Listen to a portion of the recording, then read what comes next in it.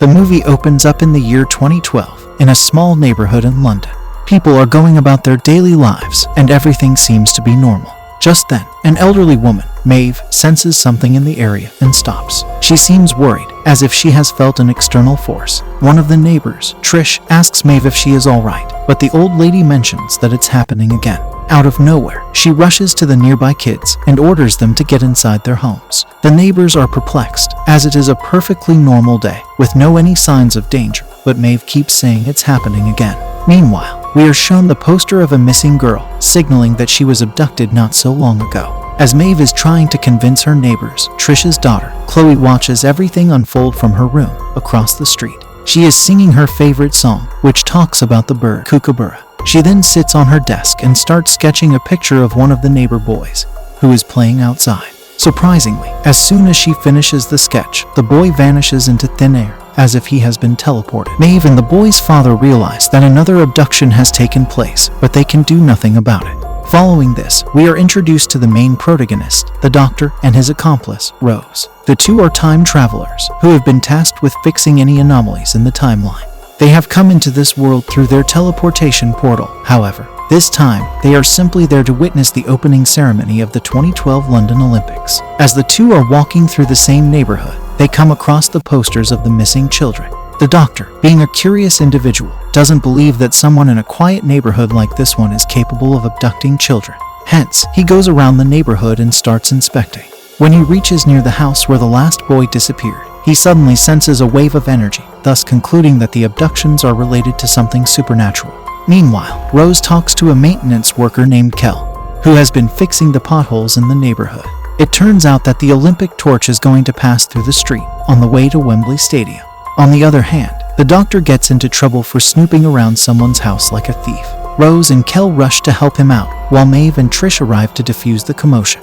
Once everyone is gathered, the doctor takes out his police badge and mentions that he is a detective sent by the government to solve the missing children's case. When he asks if anyone has any information about the abductions, Maeve steps forward and reveals that an external force is taking the children away, and she can feel them. As the group continues discussing, Chloe can again be seen watching everything from her room. She notices a cat and gets back to her desk to start sketching. While she is at it, her mother, Trish, comes into her room and tries to talk to her. However, the little girl acts unruly and orders Trish to go away, as she is busy. We also see several sketches of her wall, indicating that she has been doing this for quite some time. Outside, the doctor and Rose come across the cat and start playing with it. However, as soon as Chloe finishes her sketch, the cat enters a small box, as if it is being called. Surprisingly, it vanishes inside the box, leaving the doctor and Rose stunned. In the next scene, as Rose is investigating the neighborhood alone, she hears a strange noise coming out of one of the houses. Although hesitant, she opens the door, and a large supernatural-looking ball jumps at her. Fortunately, the doctor arrives in the nick of time and neutralizes the ball, hence saving her life. Later, the two take the strange ball to their lab to know its composition. After a bit of research, the doctor finds out that the ball is actually made up of graphite, the same substance that is found in an HB pencil. He also gets to know that the ball is charged with ionic energy, and that is why it came to life.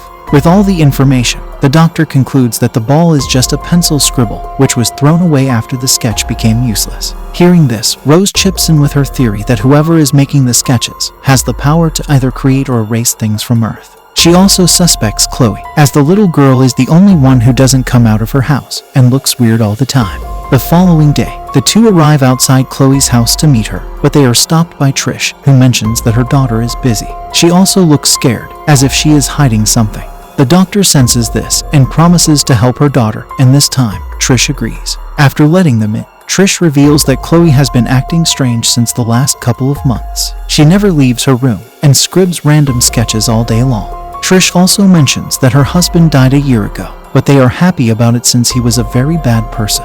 As the three continue discussing, Rose asks for a bathroom break and heads upstairs. There, she notices Chloe getting outside her room and quickly hides. After the little girl is out of sight, Rose heads into her room and notices the weird sketches on the wall. She also hears an unusual noise coming from the closet. When she opens it, she is taken aback to witness a talking entity. The entity is a scary-looking sketch made on the wall, and it keeps on saying, "I'm coming." Meanwhile, the doctor meets with Chloe and tries to interrogate her, but the girl again says that she's busy. Suddenly, He hears Rose's scream and rushes upstairs. On reaching, he sees the entity trying to come out of the closet and immediately closes it. Trish also arrives and gets angry that the two have barged into her daughter's room without permission. Just then, Chloe reveals that the entity inside the closet is her father and that she sketched it after she saw him in her dream. Worried, Trish asks her what's going on, but as usual, Chloe doesn't respond. After this, the two time travelers brief Trish on everything that has been happening with her daughter. They mention how Chloe has been using her sketches to make kids and animals disappear from her neighborhood. As expected, Trish is dumbfounded to hear all this, but deep down inside, even she knows that something is terribly wrong with her daughter. Later, the three head to the kitchen and discuss the matter in hand. Trish is confused as to why Chloe drew her dead father, to which the doctor replies that he has been haunting the little girl in her dreams. Then, to find more answers, they again head back to the little girl's room. However, this time, the doctor uses one of his spells to render Chloe unconscious, so that he can talk to the entity that is possessing her. Lo and behold, the entity starts speaking, and continuously mentions that it doesn't want to be alone.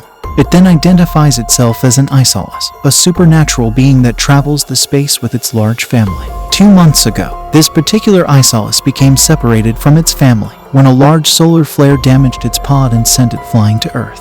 Rose and Trish can't understand why the Isolus took over Chloe's body, but the doctor clarifies that these creatures live off their family's energy, and that if they are separated for too long, they will die. The Isolus befriended Chloe because she had a troubled childhood and is lonely just like it is. The Isolus has also caused Chloe to draw a life-sized, exaggerated figure of her late, abusive father. He further mentions that the Isolus will continue kidnapping children and other animals until it can match the numbers of their large family. Rose asks about the number, and the doctor replies, 4 billion. This means that the Isolus will keep using Chloe to kidnap children until it has 4 billion family members. Just then, Chloe's father's entity inside the closet starts banging on the door. At the same time, Chloe starts having a panic attack, as if her father is attacking her mentally. With time running out, the doctor tells Trish to think of something that can calm her daughter down. Not knowing what to do, Trish starts singing the Kookaburra song, and fortunately, it works. The entity becomes silent, and Chloe comes back to life. After a while, the doctor and Rose head out to look for the pod that brought the Isolus to Earth. The plan is to repair the pod so that the Isolus can return to its original family. Surprisingly, Chloe is following them everywhere they go. Later, the two head back to their lab and start creating a device that can track the heat movements of the pod and reveal its location. The task is not easy, but using his incredibly complex brain, the doctor prepares the device and finds out that the pod is hiding somewhere in the same neighborhood. However, just as they enter the area through their teleportation portal, the doctor and the portal disappear into thin air. It turns out that Chloe has sketched the doctor, as he was becoming a major obstacle in her plans. Now, with her master gone, Rose has to solve the case alone. In the next scene, Rose hurries to the streets and starts looking for the pod. A few hours pass by, but she doesn't find a single clue. Suddenly, it strikes her mind that the pod feeds off heat energy, meaning that it must be repairing itself in the hottest part of the neighborhood. She then approaches Kel, the maintenance worker, and asks him the location of the largest pothole he fixed recently. Kel thinks for a while and points at a nearby place where he deposited a lot of hot tar. Wasting no time, Rose grabs an axe and starts digging. Her plan comes to fruition as just after a few minutes, she finds the pod. Elsewhere, Chloe watches the television and sees thousands of people in Wembley Stadium waiting to witness the opening ceremony of the 2012 Olympics. Unsurprisingly, this strikes an idea in her mind, and she starts sketching the entire stadium. Shortly after, Rose arrives at the house with the pod, but it's too late. Around 80,000 people in the stadium have disappeared into thin air, and the news is being broadcasted live on television. Sadly, this is still not enough for the Isolus, and it orders Chloe to sketch the entire Earth so that it can abduct everyone and make a large family. Rose tries to stop Chloe, but the entity inside the closet threatens to come out if she gets near the child.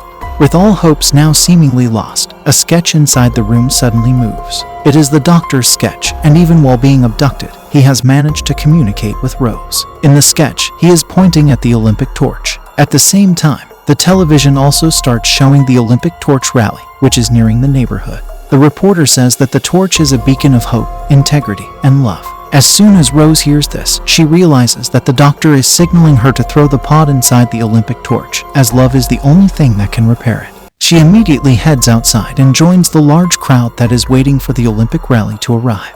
Once she sees the torch, she throws the pod into the air, and it lands exactly at the right spot. With this, the Isolus inside Chloe's body realizes that the pod is about to be fixed and decides to return home. After it leaves her body, Chloe returns back to normalcy and hugs her mother. The other abducted children also start reappearing, and even the entire Wembley Stadium is filled with the previously abducted spectators. Rose celebrates her victory with Kel, but when the doctor does not reappear, she becomes worried. Just then, she hears a monstrous scream from Chloe's house and rushes there. It turns out that the Isolus had left a small amount of energy behind, and using it, the entity from the closet has come out. It has trapped the mother-daughter duo inside and is coming to finish them off. Rose, realizing that the entity is merely a lump of energy, tells Chloe to stay strong and sing her favorite song.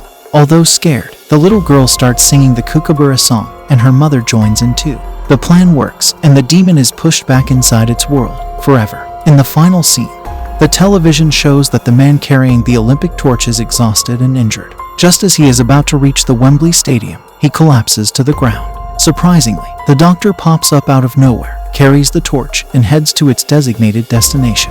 As the crowd and the entire world cheers on, he climbs up the stairs of the stadium and lights the Olympic flame. The movie ends as the pod finally generates enough energy to travel back to its own galaxy.